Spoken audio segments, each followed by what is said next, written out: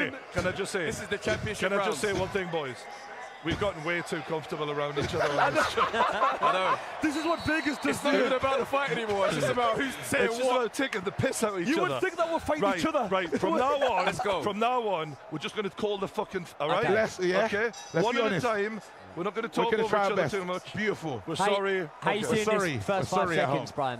Canelo, easy. No, I don't agree. I don't agree. No, Good uppercut there. Nice body work. There we go. I think these men are going to get quite gruely with each other now. Yeah. It's a good fight. It's been a great fight, I must admit. It's a good fight. Here we go. We're feeling all these things, bro. I haven't argued with anyone like this in a fight ever. Yeah, this is Good uppercut. Bloody hell. Oh, no one's expecting big miss that right hand's bro. looking a What bit I find slow when it's a interesting- hook. What's interesting to me is that we don't really often see Canelo engage in any kind of grappling close, like inside fighting when he fights anybody. Oh, well done. And Well we've got- done, Crawford. That's beautiful But work. then we've got Crawford, a smaller man, and he's quite comfortable in there. I'm quite curious of what that power feels like for him. Oh, uppercut from Crawford. Damn, that was a uppercut. big shot. Unbelievable from Crawford. Beautiful. Canelo uppercut. responds very well. back step. 2 body shots from No Canelo. back step from both fighters, though. They stay in the pocket. I got a question, yeah? Oh, I look think- at that. Ooh. Combination's Exactly. crazy. See that? Right hook, Guys, left hand. I have a question, yeah? Beautiful from Bud. What is Oh, Canelo's shit. power like when he's not walking you forward? When you don't back up, what does his power look like? Because when he's on the spot and he's engaging, it doesn't seem to deter Crawford. I just think He's Crawford, looking tired, I just Canelo. think Crawford has a better That was a chin tired than we punch. could have ever. Cane- Yeah. To move up so many weight classes. This, you know, imagine this. Oh, that was Ooh. That was a 135 respect shot right there. Canelo looked tired, though. No, but Canelo's landing a few here. Canelo's landing a few here. Oh, nice. Bob with it. Look at the frustration. Oh, He's That sick pissed him of off. this. Dude, he's tired of that punch. that was an unpissed off moment. He doesn't like any of this, bro. Yeah, he can't wait to hear the final bell. Back Look at at that. oh. He's tired. He's Look at tired. He's tired. He's tired. Oh This is the man. first time- Crawford you know needs when to he- step on it now. Canelo when he- is fucking Crawford tired, needs to step dude. on That's it here. crazy. Look at my man Bud. Look at him. The He hands can't even drop. defend it. I've never seen just him walking do away. You know that. what happens? Oh, Bud's lighting It's him up. time. It's time. When better. Canelo drops his hands, it's I've because he's never out seen of that. ideas. He's tired. He's I've watched- frustrated. Whenever he does this, it's because he's trying to bait you to He's- throw yeah. so that he can counter He's on gonna- you he's gonna because he's explode. run out of ideas I now. think that was 100% really agree. bad body language from him, though. course Terrible. it is. It was Terrible. horrid. That was horrid He's from him. sick We're of about to this. see the third loss of Look at him. Canelo's career. Look at him. He's sick of this, bro. Wow, this. You lot don't predict that loss, though, because we're still in Vegas. Listen, We're at the still end of the in day, Vegas. the fight's not over. Mad things can happen. But right now, we know he is sick of Crawford as an opponent that he has to deal with. Absolutely is. Absolutely. Completely agree. I hear that. I'm with that. Oh, Beautiful. and look at that. Look at that. Look That at him. signature left hook to the body. Crawford's got an answer for every time, more or less. The only, do you Bam. see what the equalizer that Canelo's supposed to have? He's not having it. He's not hurting him. I don't think he's hurt Another Crawford jab. once. Another jab. Little Listen, jabs that just don't get He called hasn't for. hurt him. He hasn't had devastating power. That's where supposed to be the difference. Because power's nothing if you can't land it. There you Clear go. Bud Can it round. land clean? There you go. Clear Big Bud Bud round. Crawford In, round. in my opinion, Wow, wow, wow, Canelo wow, wow, now wow. needs to drop Bud in this last round That's right. to even get a decision. And Crawford looks like he ain't even had 5 rounds. He's calm. You know what? You're so right. Wow, In my clean prediction sweep. video, I That's said crazy. 2 things will happen when Canelo has early Canelo's success. looking Crawford like will download the data. sus. He'll either get hurt or Crawford takes over. This round was the most dominant round we've seen Exactly. so far. That's right. Yeah. And I have That's to, fair. obviously, I That's was giving Canelo credit earlier. That was a level of above It's Canelo. honest. It And was, Crawford is eating the big shots as well. Crawford was another level there. There Like, you go. Early on, it's been very competitive, in my opinion. You could score them either way. But, Perfect. But Crawford's taken over here. There's been a shift. There's been a massive shift. From 6 we've been rounds talking Round 6 for. onwards. From From round round 6 6 What we've onwards, been there's been a looking big for, what shift. we've been looking for, we finally seen that. But I still don't Not think finally. it's as much as it isn't finally. been present This for a was while. no, it's been Final present. I'm round. saying that this was the difference. Let me see if they actually do touch gloves. I don't think he will. Now, there's respect fair. there. That There's last respect round there. Let's was go, baby. Here we go, last round. absolutely Oh. crystal clear. So dominant from shit. Crawford. Now we're in round 12. Let's go, bud. Big Canelo, shots it's from still a Canelo, die. though. Two We big asked the shots from question, Canelo. does he have what it takes to push and go He for a has to finish hurt him. when He he's needs desperate? to go for broke. He has to got hurt go him. for broke. But Crawford just looks like the more fresher man. He does. Unbelievable. He looks comfortable. I can't believe I'm going to see Terence Oh, Crawford. come I He's can't believe it. absolutely lighting him up. He's sick of this, bro. Look at this. Watch. Desperate. Woo. Tired. The footwork They're has both- just they're been too both like- good for Canelo tonight. Canelo should have shown From some of this Crawford. energy. Sorry, from Crawford. What I'm shocked at is at 168 pounds, Crawford's feet look exactly as good as they were 20 pounds lighter. How the fuck is that even? It's unbelievable, mate. Hey, listen, he's don't like be- everyone who says that when they spar him, they say he's skinny strong. He's not. You He's get those not. guys that they're just naturally built He's differently. not hurting him. Dude, He's not hurt Crawford. We better keep our heads down when we're on our way out of here, because Mate, I know. Wow. Beautiful counter. What a chin from That's a Canelo. lovely shot. Baby. That's a lot. We You know know what's Canelo's got a crazy? chin. He hasn't hurt him once, Canelo. There's not been a shot where there's not been a moment where you thought he's in trouble Did here. you see that combination there from Canelo? It The looks so reach, lazy and the tired. reach, yeah. The legs are not involved. That was That's crazy. I A straight actually right think missed. that Canelo's engine is what's not- really Oh, now suffered Canelo's with his age. getting his back. engine is. That's Because fair. when Billy Joel was outboxing him, he just stepped on the He gas. stepped on the gas. There is no step on. There's no fifth gear now. He's got. Oh, shit. Good shot from Canelo. Good shot from That hurt Canelo. him. That hurt him. And then Bob with a return right. But the hands Look are at him. low. Canelo having his hands all the way down there. He's fighting like a total frustrated fighter. I don't think he Because was he's hurt. I angry. think he's He's just more so angry. tired and fatigued. Yeah. He He's hasn't pissed got the off. energy to respond. He's pissed off. Yeah, he's more pissed, pissed off. Very emotional in there right now. He knows his career has come to an end tonight. It's over. I'm sorry, but You this don't is get a man move up 3 fucking weight classes and take your belts. Oh, my heart. This is the doesn't shell happen. of what I've seen of Canelo. Bang! Oh, big Knock him shot out. from Bud. Knock him out Big now. shot from Bud. Step Wow. on. Go get him. Go get him, bud. Go get him. Hey, was he wobbled there? I Was the feel legs- as if Canelo, It all hurt he him. wants to do Was right the legs now is see wobbled? the end of the round. Yeah. He's not interested in finished. go for Last He's 30 not- seconds. done. I think Bud's going to It's over. step on the pace. He is. over. I think Bud's going to step on the Canelo pace. wants out. He doesn't over. need to. Canelo wants out. He doesn't need to, but he's over. he's tapped. He's looping. He is He's finished. gonna do it. He knows. He's like me. No, it takes one Look to at know him. one. Look at him. He's like, yes, right, baby. This is your night. Oh. This is your crowd. Beautiful combination. Wow, Bud incredible. Crawford is going Bud for it. Crawford beat him. Crawford's letting him know. He's beat him Canelo up. doesn't want to be near Yeah, him. he's beat him up. Oh, Canelo's so... 10. Oh, Canelo's big hurt. shot. Canelo Alvarez Beat is him up. hurt. Beat him up. Beat him up. There we go. Bud fucking Crawford, baby. Bud fucking Crawford. Bud Crawford won the match. Greatness Wow. right there. Aye. That's unbelievable. He might not get the decision. All I'm I'm going to letting you know now. I'm letting you know. He might not get tell the decision. you, all I'm going to tell you That man is a is legend. there's not people exiting for no reason. He might not get the decision. In my man is a promo, with the little hype trailer, I said, witness the greatness. And we have just witnessed the greatness Oh, yes. in Las Vegas. We have. Because I tell you what, when Bud took over that fight, he was a level above He done it. Canelo. He And was a that's level it. Tonight, I Damn. predicted Canelo, and I What a know fight. that wasn't a great performance, but Wow. we cannot, and I hope nobody's taking anything away from Crawford because that was a beautiful worry. display of Come on, boxing. bro. Well Beautiful. Come on, baby. Bud Hey. Crawford. There you go. Legend. Living legend. We might, you killer is. In this one here, yeah. Don't be surprised. We're still in Vegas. No. Seriously, no way. Seriously. There's no way. I'm halfway into the fight, I was hoping Canelo would win just to prove me right. There is no debate about this. I'm sorry. I wasn't even Can we in get there. a quick prediction? Can we get a quick prediction around the table? Scorecard. UD, Terence Crawford. UD Terence Crawford. Absolutely. It's got to be and it's got to be clear by a good few rounds as well. I would be surprised. Draw. They're gonna do some Fuck off, fuckeries. no way. They're If gonna they do some draw- fuckeries. if they draw, they then can it's a- do some fuckeries, bro. Canelo won that clearly. No, Sorry, no. Crawford Crawford won that won that. Crawford So, won that. if they but they're draw- gonna- I should have bet.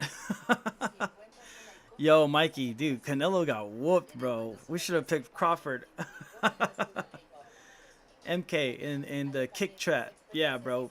Pff, too fast, dude. Too fast. Jocks in the Twitch chat. Yeah, we should have bet on Crawford, bro. We should have bet. Canelo, bro. There weird things can happen here. I'm just saying. Terence Crawford just cemented his name. Do in you history think we're as going to see all-time Canelo great. retire tonight? He has. No. Yes, he has. I don't think he retires. It wasn't tonight. like- Oh, no, I don't know about retirement. But it was just say he was greater than Canelo. Terence Way Crawford greater. just let you know. He was greater. No. Terence Crawford just jumped 2 weight classes and dominated this guy. at Can I ask you a 168. question? Because I said beforehand, if Crawford does this, he goes above Floyd Mayweather. I mean, for me, as a single moment, it's better than any moment individually for Floyd that I can say, because I've never felt like Floyd had these stakes against him in this way. But as a career resume, But I can't do that. 168 pounds. Here we go. He started at 135, lads. Here we go. This is insane. Let's be All right, honest. decision time. Decision time. Floyd beat him better, but it was at a lighter weight. I really hope the right man wins. They better not rob him. That's what I think it should be, yeah.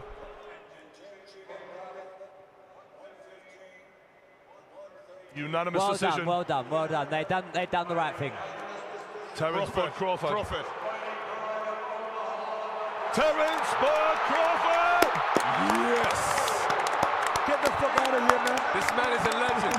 This man is a legend. He deserves it. This man is a legend. Hey, bro, That was earned. That was earned. this is cheers.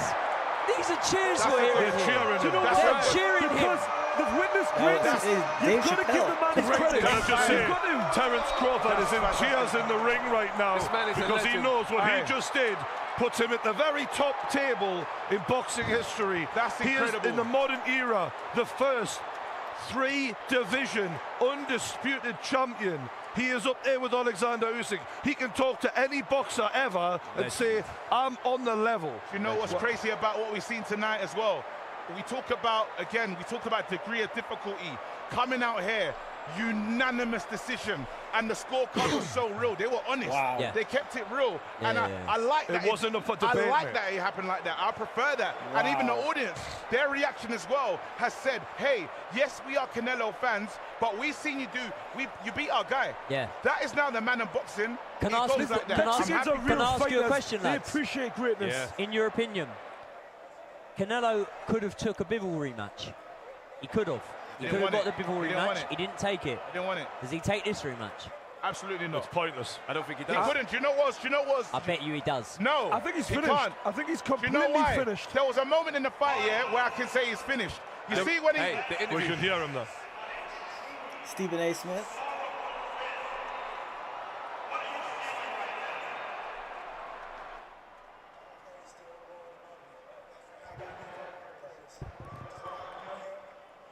So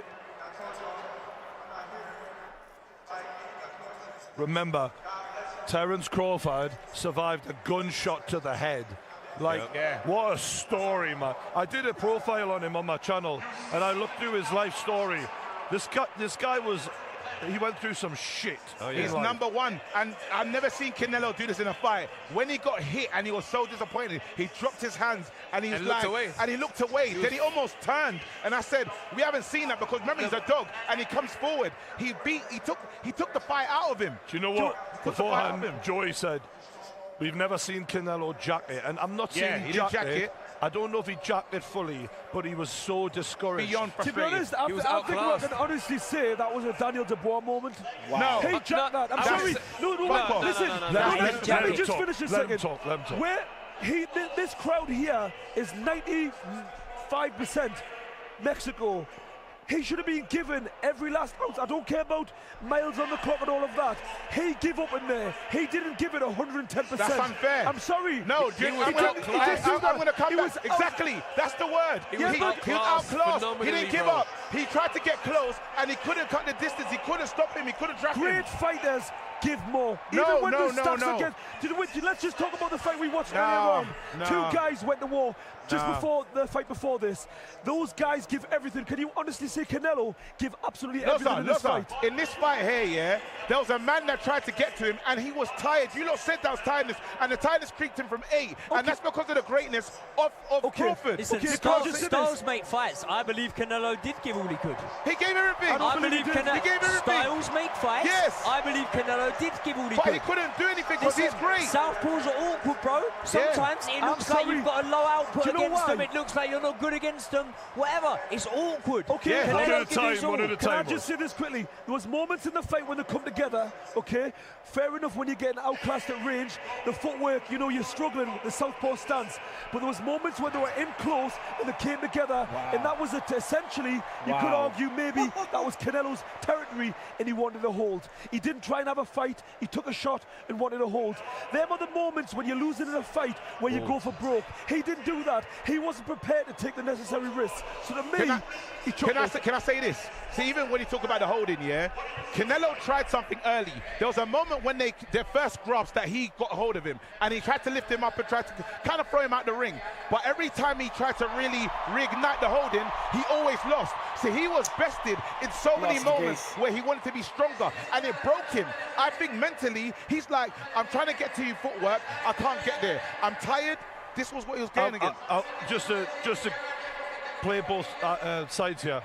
For me, there was a couple of questions before this fight of Canelo hasn't finished someone in a long time.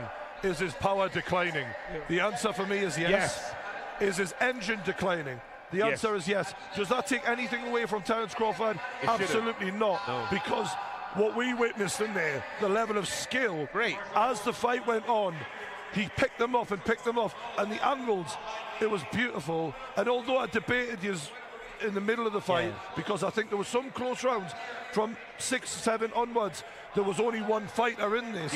And for me, Listen. I mean, we talk about how great Usyk is.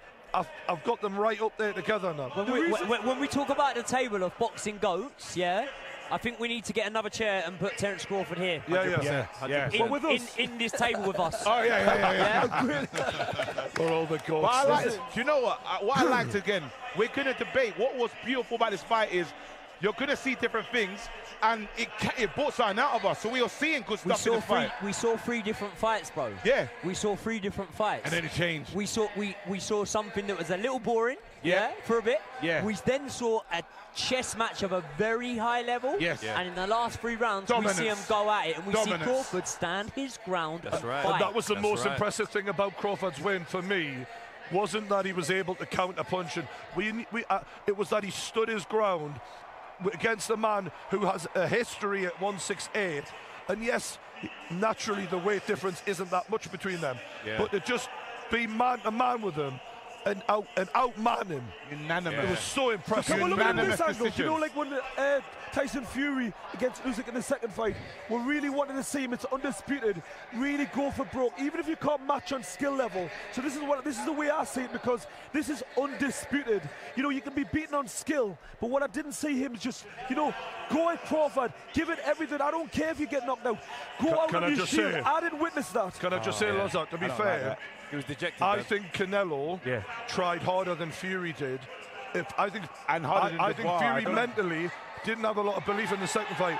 I think Canelo did try, but he was just beaten by the better man. He was in the second fight. So far, second place in this fight. Fury in the second fight came in mentally. In the second he fight. didn't have enough self-belief to go for it. Say this, whereas obviously Canelo didn't realise until he was in there, and he was like, fuck me, I'm getting outboxed here. I've never been so happy to be so wrong with my prediction. I am so happy for Terence Crawford, because he put on an absolute masterclass, and he had everything against him. Can I tell you a story? Shout out to Terence Crawford. When I first met Turki Al-Sheikh, he told me he wanted to make this fight, and he said to me a year ago, more than a year ago, he said, they're saying I can't make this fight. I'm going to make this fight. And he said, that was crazy. And Crawford's going to outbox Hope you guys him. Like that one. And he was called fun him, and he was so confident. And in my head, I'm like, fuck, I don't know about that. Like, and it's happened. Turkey's made him a star. He's put him on the biggest stage of them all. Showed complete faith in him, and he's been proven completely right. Unbelievable. Do you know what I want to do though? What's important? Just so we can because I don't want to diminish the star of Canelo while talking up, because he done something great. He beat a great. This guy Crawford has gone in against Canelo, and he's bested him. That's still a great. He's had a great career. This is the man now. Bro, imagine how big Errol Spence was at welterweight. Errol Spence against Canelo was the kind of fantasy matchup. That's great. Budds took out Spence. He took out Canelo. He's at the top table. Can we just acknowledge he bought that watch with full confidence. Hey, for a reason. Now that looks so fucking so gangster. Even the intro.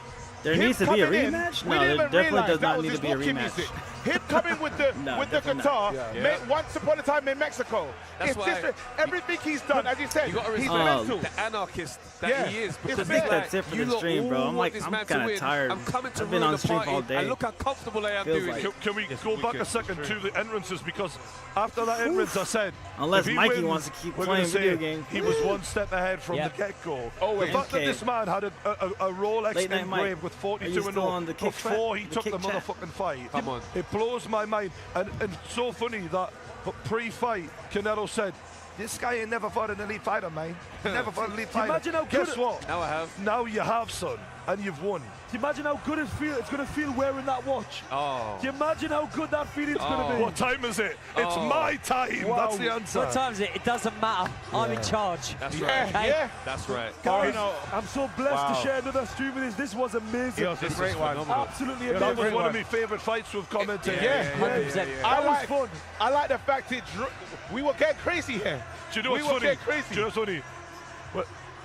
We're fucking 5 British lads arguing over a Mexican and an American. As if, out of nowhere. As if it's it was one so of our funny. It was beautiful. But this is what we love boxing. You guys love boxing. We're just so lucky to be here thanks to the supporters of the Pain Game. Hell yeah. That was a good fucking match right there. I think that's it for the stream, guys. Thank you guys for coming through. I'm pretty tired. I don't even want to play games right now. I've just been like, yeah, it's been a long day on stream. More than I'm used to. But I did like it. It was fun. It was enjoyable. But yeah, I'll see you guys tomorrow. Probably like around 8 o'clock next time. 8 p.m. On Cali time. Like give or take 9 p.m. for sure. And I'll stay on till like 1 o'clock or midnight or something like that. Whew, what a match. I'll talk to you guys later. Peace.